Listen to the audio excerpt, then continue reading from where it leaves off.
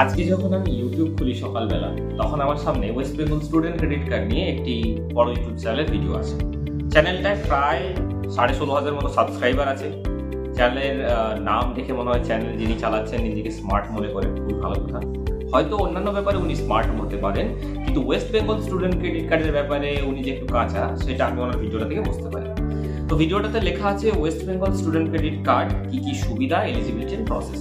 খুব ভালো কথা। তো আমি যেটা একটা প্রবলেম সবার মধ্যে দেখেছি, প্রবলেম বলবো না, মানে একটা ভুলই করে ম্যাক্সিমাম কি স্টুডেন্ট ক্রেডিট কার্ডে কি 2021-এ ঘোষণা হয়েছে সেটা নিয়ে আজ অব্দি তারা কিন্তু স্টুডেন্টদেরকে গাইড করে। তো আমার রিকোয়েস্ট তাদেরকে যেরকমভাবে গাইড করবেন না। অনেক স্টুডেন্ট কিন্তু ভুল বুঝে লোনটাতে আবেদন করছে এবং তারা জানতে পারছে না যে লোনটা কিসের জন্য পাবো, কিসের জন্য পাবো না। আমি কিছু কমেন্ট তোমাদেরকে দেখাচ্ছি, সেটা দেখি তোমরা বুঝতে পারবে। ফার্স্ট কমেন্ট একজন বলছে, স্যার আমি 6 লাখ টাকা যদি লোন নিই আমাকে কত টাকা পেমেন্ট করতে হবে? অনেকে বলছে স্টুডেন্ট ক্রেডিট কার্ডে 4% বললেও পর নাকি ডবল পে করতে হয়। তখন তিনি রিপ্লাই করছেন, আরে না যা বলবে তাই। এটা কিন্তু একদমই ভুল কথা। ওয়েস্ট বেঙ্গল স্টুডেন্ট ক্রেডিট কার্ডে 4% নেওয়া হচ্ছে না। প্রথমে ব্যাংকের যে ইন্টারেস্ট রেট, সেটা 8 হোক, 9 হোক, 10 হোক, 11 হোক, সেটা নেওয়া হচ্ছে। পরে রাজ্য সরকার একটা সার্টেন লিমিট অবধি কিন্তু তোমাকে সাবসিডি প্রোভাইড করছে।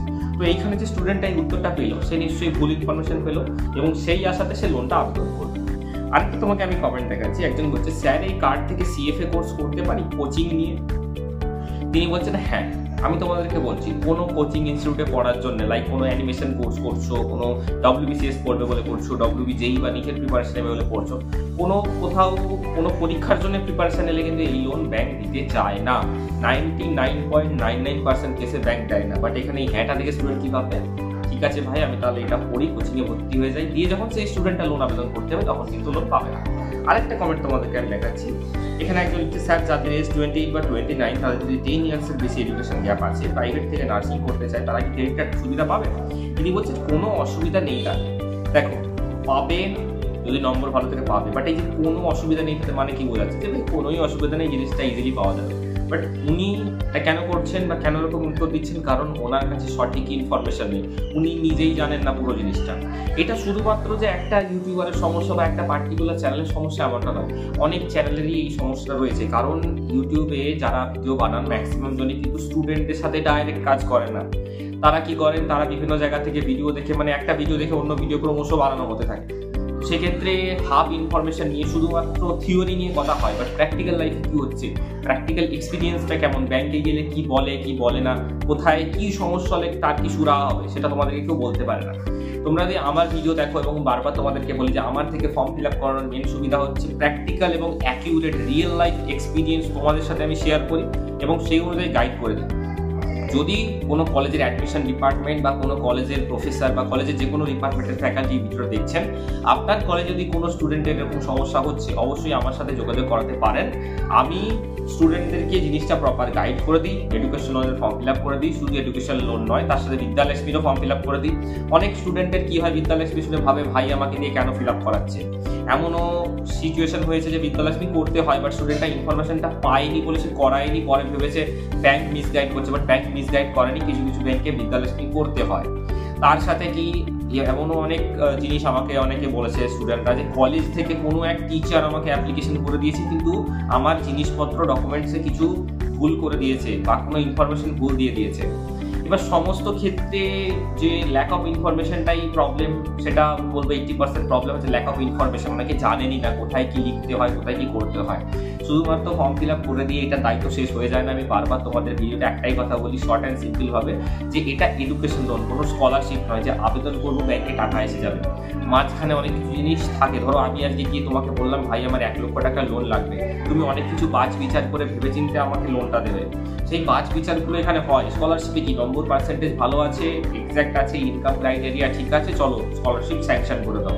বাট ব্যাংকের লোন অমন করে স্যাংশন হয় না। ব্যাংকে অনেক কিছু জিনিস দেখা হয়। ইভেন এটাও দেখা হয় তোমার মা বাবা কোথাও লোন নিয়েছিলেন নাকি, নিয়ে থাকলে সেটা টাইমে পেমেন্ট হয়েছে নাকি। তো এই জিনিসগুলো আমি তোমাদেরকে বারবার বলে দিই। বলে দেওয়া সত্ত্বেও অনেকে কি হয়, সেই সাধারণ সেই ঘষা মাটা সেই একই নিয়ম, এক বলে এক কাজই চলে যাবে কোনো একটা লোকাল সাইবার ক্যাফেতে, গিয়ে ভুলভাল অ্যাপ্লিকেশন করে আনবে, পরে বলবে দাদা এটা ঠিক করে দাও। এমন স্টেপে অ্যাপ্লিকেশনগুলো আমার কাছে আসে যে পেমেন্ট করতে আর 5 দিন বাকি, কলেজে অলরেডি 3 মাস ধরে ঘুরেছে, লোন হয়নি, সেই জন্য আমার কাছে এসছে। সেই মোমেন্টে আমার কিছু করার থাকে না। প্রথম থেকেই যে জানে যে তোমাকে জিনিসটা একটু সেটা বলতে পারবে, তার থেকে জিনিসটা করালে একই, আমি সবার থেকে একই টাকায় নিই। এবং সব থেকে বড় কথা, আমি অনলাইনে কাজ করি মানে এমন নয় যে আমাকে অ্যাডভান্স কোনো পেমেন্ট করতে হয়। সমস্ত স্টুডেন্ট যারা আমার থেকে ফর্ম ফিল আপ করায়, আমি লাস্ট 2 থেকে 3 বছরে প্রায় 1,500-এর উপর অ্যাপ্লিকেশন করেছি, কারোর থেকে 1 টাকাও অ্যাডভান্স নিইনি। সমস্ত কিছু হয় এরকমভাবে যে তোমার অনলাইনে ফর্ম ফিল আপ হয়ে যাবে, যদি কোনো সুবিধা অসুবিধা হয় তুমি তোমার মা বাবাকেও গুগল মিটে জয়েন করতে পারো ভিডিও কলিংয়ের মাধ্যমে। আর সব থেকে বড় সুবিধা হচ্ছে যারা নার্সিং পড়ছো, তোমাদের সারাদিন ডিউটি করার পর, ধরো তোমরা ডিউটি শুরু হয়ে গেছে হসপিটালে, ডিউটি করার পর আবার বাড়িতে আসা, মা বাবাকে ফোন করা, মা বাবাকে একটা জিনিস বললে মা বাবাও ব্যস্ত, তুমিও ব্যস্ত, আবার কোনোদিন সাইবার ক্যাফে যেতে পারলে কোনোদিন পারলে না, মাঝখানে ভুল হয়ে গেল, মানে ওই যে টাইমটা মাঝখানে টার্ন অ্যারাউন্ড টাইমটা অনেক বেশি হয়ে যায় দুটো কাজের মধ্যে। সেটাই যদি আমার থেকে করাও, বাড়িতে বসে বা হোস্টেলে বসে বা যে কোনো জায়গায় থেকে ডকুমেন্টস আমাকে পাঠালে, আমি ভিডিও কলিংয়ের মাধ্যমে মিটিংয়ে জয়েন করলাম, তোমরা কি করলে আমাকে বলে দিলে দাদা আমার এই ডিটেলস এই আছে, আমি এত টাকা লোন নেবো, আমি কিছু করে দিলাম। তারপরে যখন যা সুবিধা অসুবিধা হয়, তার জন্য হয়তো ভিডিও কলে জয়েন নাও করতে হতে পারে, যদি মাইনর কিছু থাকে, ম্যাক্সিমাম ক্ষেত্রে করতে হয় না। যদি একেবারে হ্যাঁ আমি কলেজ লাইফ পাল্টে ফেলেছি দাদা, সেটা আলাদা কথা, বাট টুকটাক যদি কিছু মিস্টেক্স হয়, সেটা হয় অনেক সময় স্টুডেন্ট আমাকে ডকুমেন্টটা এমন পাঠিয়েছে, কলেজ বলছে না এই ডকুমেন্টটা হবে না, সেরকম ক্ষেত্রে বা যে কোনো ক্ষেত্রে তোমরা বাড়ি বসে বা ইনস্ট্যান্ট যেখানে আছো সেখান থেকে কাজটা করে নিতে পারবে। এখনকার দিনে অনলাইনের যুগে ওষুধটাও বাড়িতে ডেলিভার হয়ে যাচ্ছে, ইভেন গ্রসারিটাও বাড়িতে চলে আসছে, লোকে পাড়ার মুদি দোকানে যায় না। সেখানে সাইবার ক্যাফেতে মানে এই ধরনের সার্ভিসের জন্য মেনলি এই লোন আর স্কলারশিপ, যেখানে এক্সট্রা গাইডেন্স লাগে, ভুল হয়ে গেলে একটা অভিজ্ঞ কেউই তোমার ঠিক করে দিতে পারবে, অন্য কেউ ঠিক করে দিতে পারবে না। সেক্ষেত্রে কেন তোমরা সেই জায়গায় যাবে যেখানে বেনিফিটস কম, সময় বেশি লাগছে, সেখানে জিনিসটা অ্যাক্সেস করা অনেকটা অসুবিধা, সাইবার ক্যাফেতে যাবে সেখানে লাইনে দাঁড়িয়ে আছো। সমস্ত কাজ আমি করি না, এবং এমনও নয় যে সমস্ত কাজ ওনারাও ভুল করেন।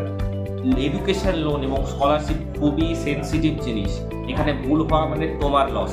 তোমাকে কেউ এখানে গ্যারেন্টি দেবে না যে ভুল হয়ে গেলে আমি আরেকবার করে দেবো। তুমি একটা অ্যাপ্লিকেশন করেছো কোনো একটা সার্টিফিকেটের জন্য, ইনকাম সার্টিফিকেট, ভুল হয়েছে করে দিলেন, কোনো অসুবিধা নেই। কিন্তু লোনের ক্ষেত্রে তো আর মাল্টিপল অ্যাপ্লিকেশন করা যায় না, স্কলারশিপের ক্ষেত্রেও মাল্টিপল অ্যাপ্লিকেশন করতে অনেক সময় প্রবলেম হয়, ডিলিট করো, এই করো, কলেজে ছোটো, মাঝখানে সময়টা অনেক বেশি যাচ্ছে।